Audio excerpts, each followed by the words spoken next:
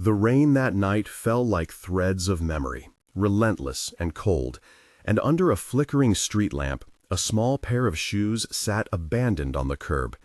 Where are you watching from right now? Tell us in the comments, because this story travels better when we know who hears it.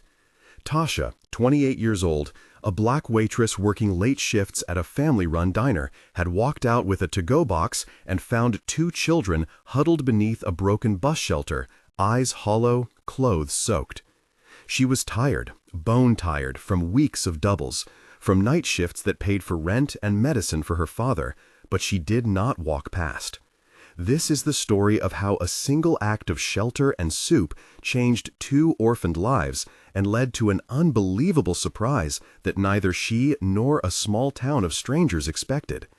It is a story about compassion, resilience, and how a quiet choice became public proof of what community can do. Now listen close as we go back to that night that refused to let them all go on with their lives as if nothing had happened. Tasha grew up in a tight apartment with her father and an older cousin in a neighborhood where porches smelled of fried onion and babies cried until someone walked out to comfort them.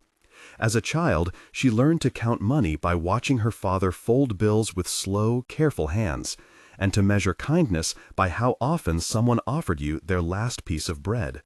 She studied culinary arts for a semester, but shelved the dream when her mother fell ill and the bills multiplied like shadows.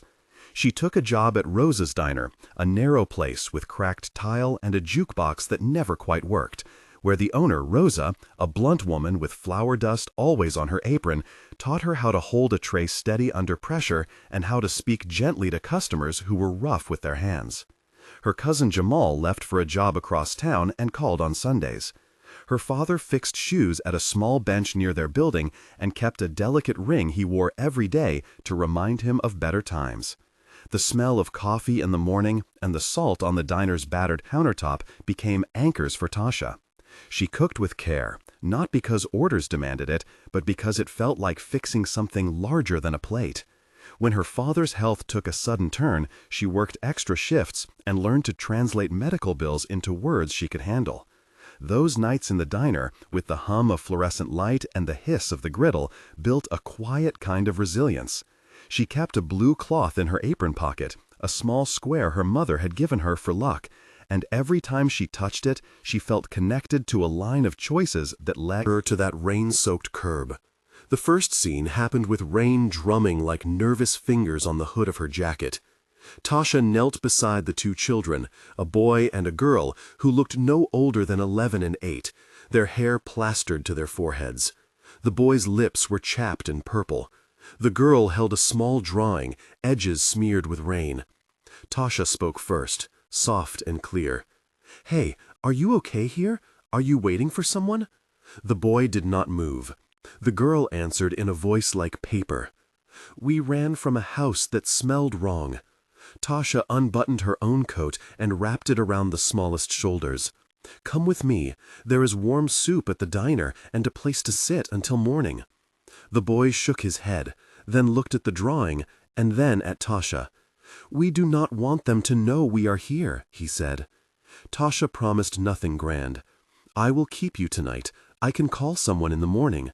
She lifted them like a careful bird, feeling the slick weight of wet clothes and the heartbeat quick under a small rib cage. The night smelled of fried grease, wet asphalt, and the clean metallic tang of bus exhaust. The neon sign of Rosa's flickered and painted them in red as she carried them inside. Inside the diner, the heat wrapped around them, steam turning glass into small planets. The waitress named Tasha became a safe harbor. The routine that followed was not dramatic in spectacle, but deep in consequence.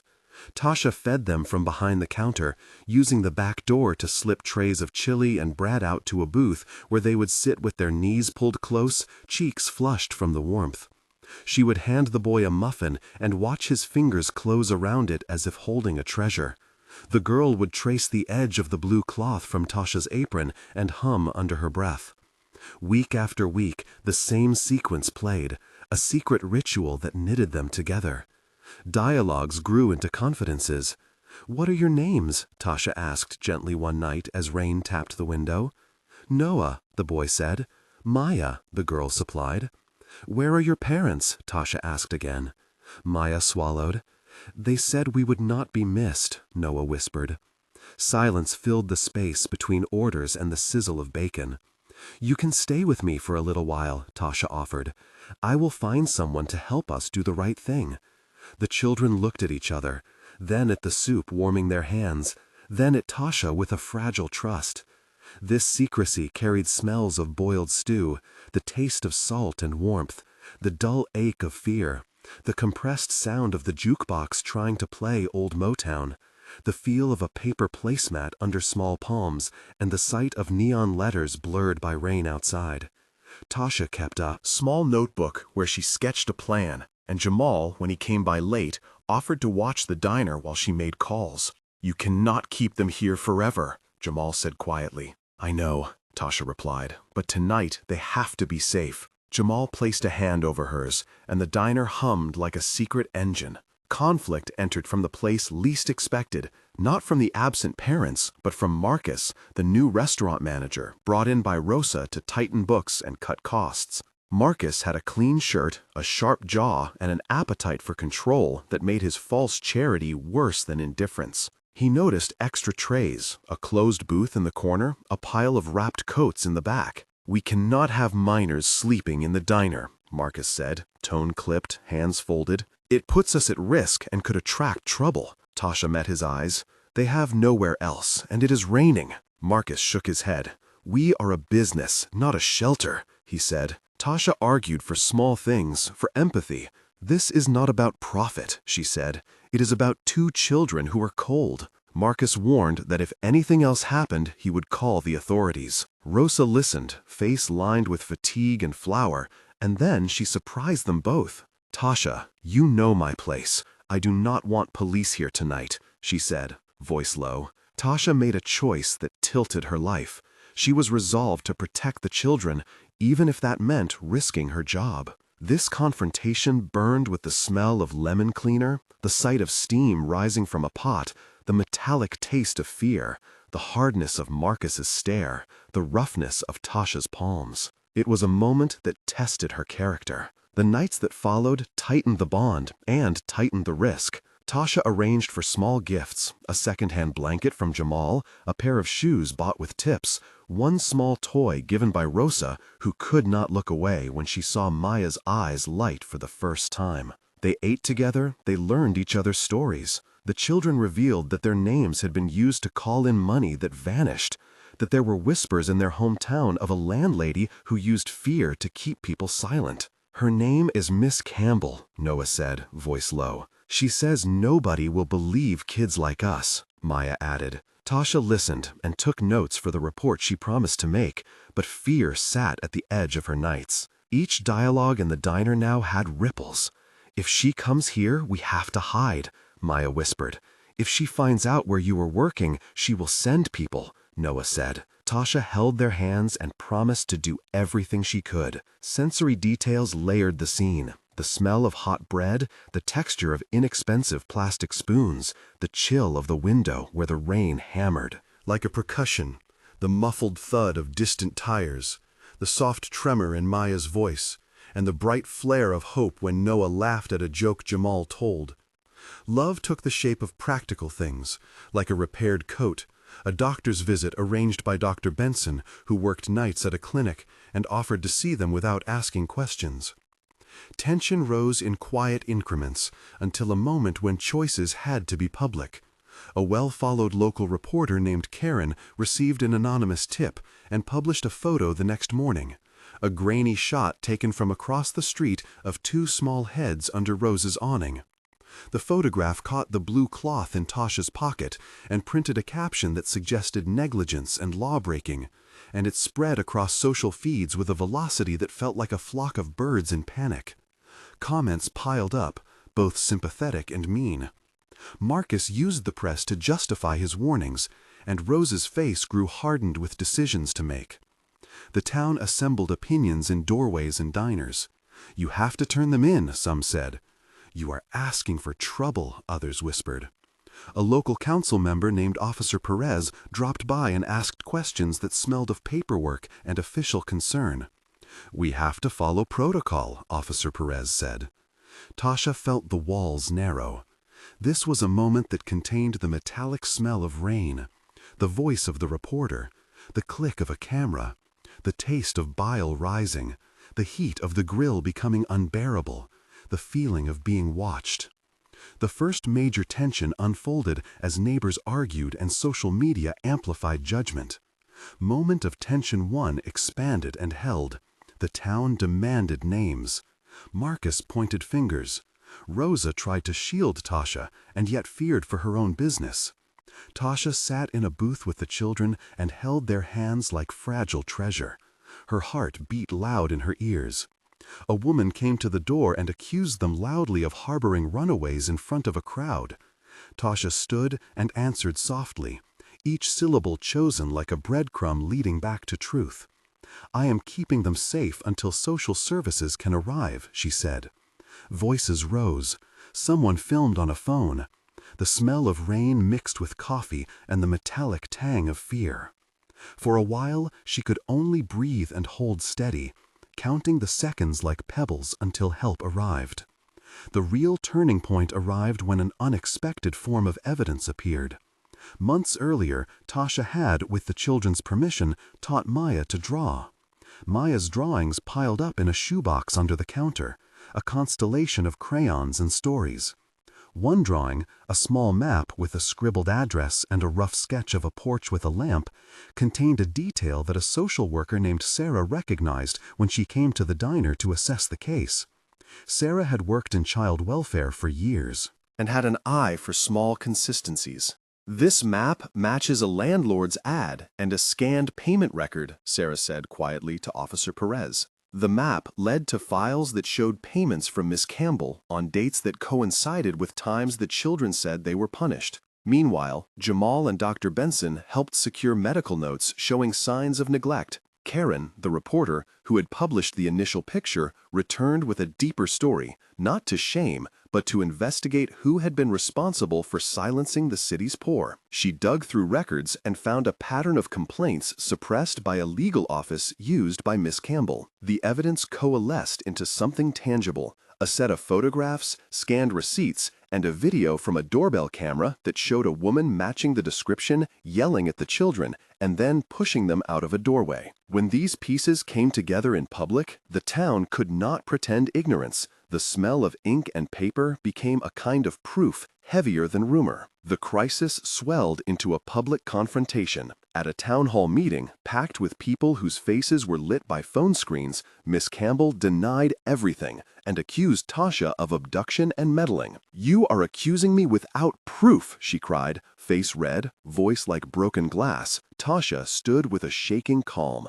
"I kept them safe," she said. "They trusted me." A recorded excerpt of the doorbell video played, and the room shifted. Marcus's complaints about liability fell away in the face of footage and receipts that mapped a different truth. The mayor appointed an inquiry. Officer Perez handed over files. Dr. Benson gave testimony about the children's medical state, and Sarah produced the map and the scanned payments. Each witness was named and present in the narrative. Karen's articles compiled the community's reaction and forced a light on the legal office that had shielded Miss Campbell. In court, Miss Campbell's defense faltered when documents surfaced showing that she had redirected welfare checks and had a history of threats. The community that had once gossiped turned into a chorus of witnesses who told the judge about the girl's drawing and the woman's cruelty. Moment of tension, too, expanded with the hearing. In the packed room, murmurs rolled like distant thunder. Jurors looked at the photos and at the slideshow of time-stamped video. Miss Campbell's smug composure cracked when a solicitor named Ali read aloud bank entries that matched dates children had been missing from meals.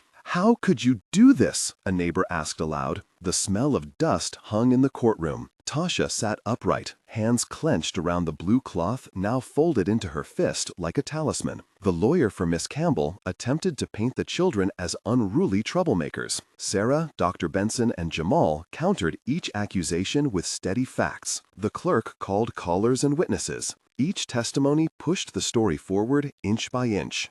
inch until the judge banged the gavel and ordered child services to place Noah and Maya into protective custody with a plan for foster care while the case proceeded. The crowd exhaled as one. But the final surprise was quieter and sweeter than any headline. The judge's ruling included restitution and a demand that Miss Campbell's assets be audited. Karen's reporting had sparked donations, and local supporters, including Rosa and Jamal, launched a small fund. A local artist who had read Karen's piece painted a mural outside the diner. A bright image of two small figures holding hands beneath a street lamp and a woman's silhouette holding an apron. The mural included a small blue square painted into the corner, a tribute to the cloth that had begun the chain of care. More shockingly, after the hearings, a letter arrived at the diner from a distant council that had watched the case and decided to award Tasha a community service grant to open a small food program for vulnerable children. The grant was not enormous, but it was a recognition of her work and a resource to scale a small shelter into something stable. People who had once whispered now brought plates and blankets and skills. The children were reunited with a foster family that lived nearby and who had been touched by the mural and Karen's articles. 9 named people featured in this turning point by their actions: Rosa, who provided shelter; Jamal, who guarded shifts; Officer Perez, who logged reports; Sarah, who verified records; Dr. Benson, who treated the children; Karen, who broke open the story; and Ellie, the solicitor, who presented the bank evidence. Moment of tension 3 was quieter, a private one, when Miss Campbell's supporters tried to intimidate witnesses with calls and threats. Tasha received a voicemail full of malice. Jamal had his tires slashed in the night, and the mural was defaced with crude paint. For 500 or so characters, the story tightened into fear, into the metallic scent of paint stripper and the sharp click of a lock turned too fast. Yet the community rallied, cleaning the mural, posting volunteer hours, and standing guard. The pressure subsided when local leaders, journalists, and advocates kept attention on the case, making intimidation costly for Miss Campbell's allies. The epilogue turned out to be the longest and most deliberate part of this story, and it is where the legacy took shape over time. 1 month after the trial, the diner had a plaque hung by the door, acknowledging the mural and noting the partnership with a local shelter. The plaque was small, but the line of donors that had begun with quarters left in a tip jar now included a law firm that offered pro bono services and a bakery that donated bread on weekends. Tasha used the grant money to buy a worn mobile cart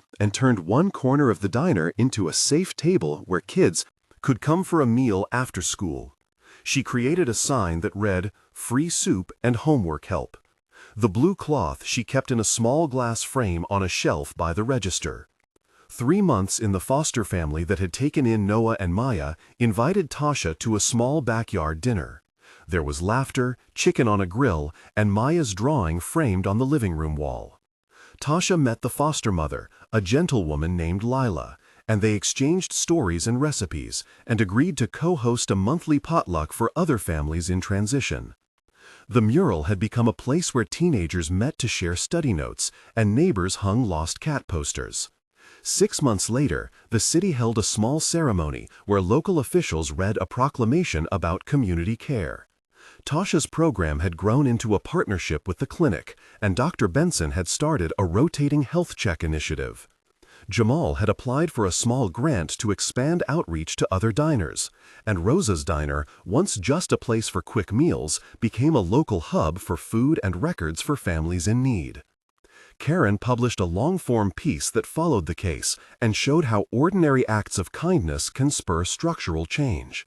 Donations continued, a scholarship fund in the children's names was seeded, and a small plaque was installed at the mural with the phrase that had become a refrain in the town: "Compassion builds community." The tangible effects were many: legal restitution, policy reviews at the housing office, and a program to monitor landlords and payment misdirection. But the quieter legacy was nightly the line of people who walked into Rosa's with smiles and memories and thanked Tasha for choosing to stay, for choosing to warm hands with soup, for choosing to believe the drawings. In the end, the surprise was not only the grant or the mural or the legal outcome, but the way a town that might have scolded or looked away instead learned to repair.